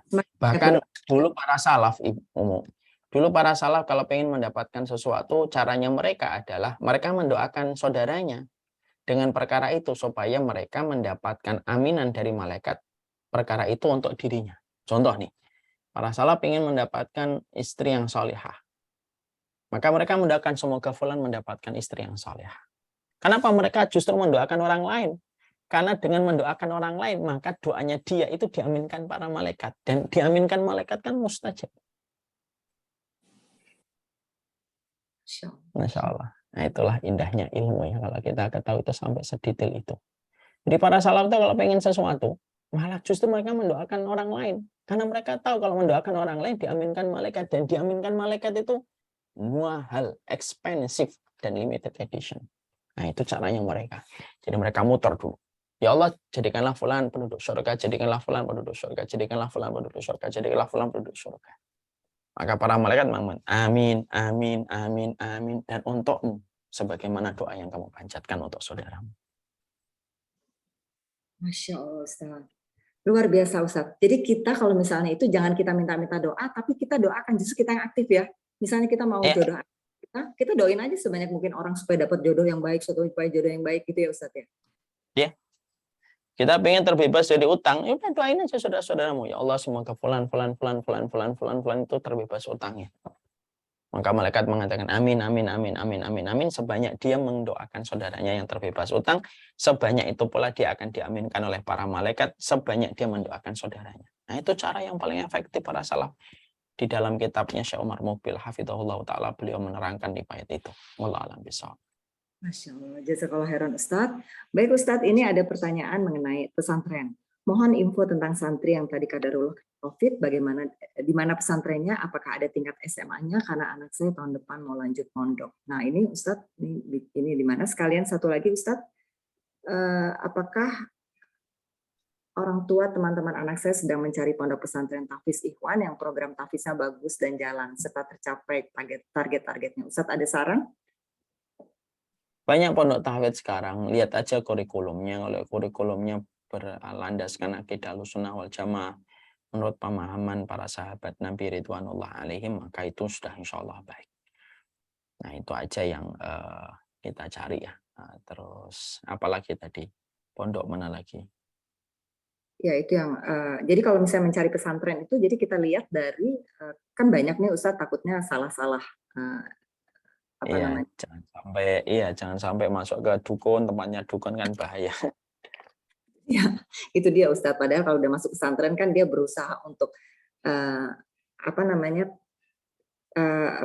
menjadi taat kepada ustadz-ustadznya juga gitu kan Ustadz. Iya, itu saja yang tadi. Lihat aja kurikulumnya sesuai dengan koridor akidah Ahlussunnah wal Jamaah, terus menghormati para sahabat, berlandaskan dalil gitu. Insya Allah itu sudah merupakan sebuah acuan yang layak untuk menjadi rujukan. Allah alam bisa. Insya Allah Ustadz. Nah Ustadz ini sebenarnya ada satu pertanyaan lagi Ustadz, bisa? Oke, terakhir. Saya tumbuh di lingkungan yang terbiasa keras dan pilihan kata-kata kasar. Bagaimana melatih diri untuk kelembutan Ustadz? Ibda binafsika. Mulailah dari diri kita sembari kita menyadari kalau Allah pengen lembut sama dirimu, maka lembutlah engkau dalam setiap perkataan, perbuatan. Maka kita harus ingat pula yang kedua, kama tadi nutut, dan sebagaimana kamu memperlakukan orang, ya sebagaimana kamu diperlakukan. Kalau kamu bentak-bentak anakmu sering-sering gitu ya, ya jangan kaget nanti kalau ketika dewasa kamu akan dibentak olehnya. Semoga kita hidupnya selalu sadar dengan perenungan. Dan bukan menjalani kehidupan sekedar autopilot yang terus berjalan tanpa kita merenungkan setiap apa yang kita perbuat. Sallallahu ala nabiyina Muhammad, alhamdulillahirabbil alamin. Ini yang dapat kita sampaikan. Semoga Allah memberikan kebaikan dan semoga Allah ridha kepada apa yang kita jalankan. Amin amin ya rabbal alamin. Silahkan UTV-nya. Jazakallah khairan Ustaz. Sama-sama. Jangan lupa kepada seluruh para santri, para santriwati ikuti Samila series yang ke-6. This is the end. Ini salah satu series yang saya rekomendasikan karena sangat membahas tentang apa yang relate pada kehidupan kita, yaitu meraih pelita pada gelapnya zaman fitnah. Ikuti Samila series yang ke-6, This is the end. Bagi yang ingin mengikuti silahkan nanti lihat di kolom chat. Nah, di situ ada kolom pendaftaran. Barakallahu fiik. Senang sekali membersamai di Majelis Ta'lim Ar-Royan Dharma Wangsa. Semoga Allah memberikan keberkahan dalam setiap urusan kita. Saya serahkan kembali kepada. Ya, Masya Allah, alhamdulillah. Hari ini kita sudah dicerahkan tentang dibersamai ilmu oleh Ustadz tentang sifat lembut Allah, dan sekali lagi kami pengurus juga ingin mengingatkan salah satu hadis tadi yang Ustadz sampaikan. Rasulullah bersabda kepada Aisyah bahwa, wahai Aisyah, Allah itu maha lembut dan mencintai kelembutan. Ustadz juga sudah mencontohkan kepada kita tadi beberapa sifat lembut Allah, yaitu misalnya dengan Allah maha pengampun. Allah baru mengenakan hukum pada seorang hambanya yang sudah balik. Allah mempunyai sifat lembut dalam surat At-Taghabun ayat 16. Fattaqullaha mastata'tum. Artinya kamu bertakwa sesuai kemampuanmu. Saat safar, Allah membolehkan sholat untuk dijamak. Bahkan kadang dikosor ya Ustadz, bisa dikosor juga. Dan yang terakhir itu adalah di surat Az-Zumar ayat 53, bahwa panggilan Allah kepada orang-orang yang berdosa itu adalah sangat lembut, wahai orang-orang yang melewati batas. Gitu. Jadi kelembutan ini merupakan salah satu pilar kehidupan bagi manusia beriman. Di antara hamba yang Allah cintai adalah hamba yang memiliki hati yang lembut dan perkataan yang lembut. Kurang lebih begitu Ustadz. Tafadhol, silakan closing statement-nya dan ditutup oleh Ustadz. Ya, clear banget, itu sudah closing statement.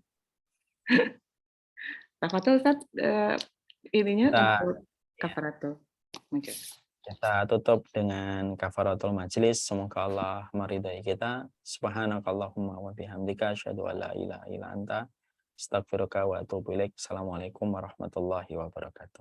Waalaikumsalam warahmatullahi wabarakatuh. Ustadz, barakallahu fikum Ustadz, dari kami pengurus dan semua jamaah, semoga Ustadz dalam keadaan sehat terus, dan insya Allah kita akan berjumpa kembali di bulan depan Ustadz, insya Allah. Baik sahabat-sahabat Arayan, kita sudah menyelesaikan kajian kita, semoga ilmu yang disampaikan Ustadz tadi menjadi ilmu yang barokah untuk kita semua, dan kita juga mengamalkan, mengajarkan kembali ilmu yang kita dapat tadi kepada keluarga kita, sanak saudara, dan mungkin juga kerabat.